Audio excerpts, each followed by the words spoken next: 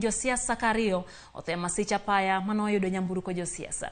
E chal mar arita gach campaign mar UDA no kuogi magina gwenge ma Mandera ka gwenge ma Nakuru bila no chiela roire ang'wen e alwora ma Barut. E gwenge mag Elgeyo Marakwet bila matot no monjo jokwath makumo wuodhe motieno mar Sabit nyalo mono jopiny moko luto mbulu. Bende wacho ni lipode KNCR wacho ni lipode 50 osechopo ne lwenje e romb siasa ka 28 gin ma obilo timo ne jopiny counties ma Nairobi, Kericho, Kisumu, West Pokot, Kakamega, Isiolo, Mombasa kod Kisii.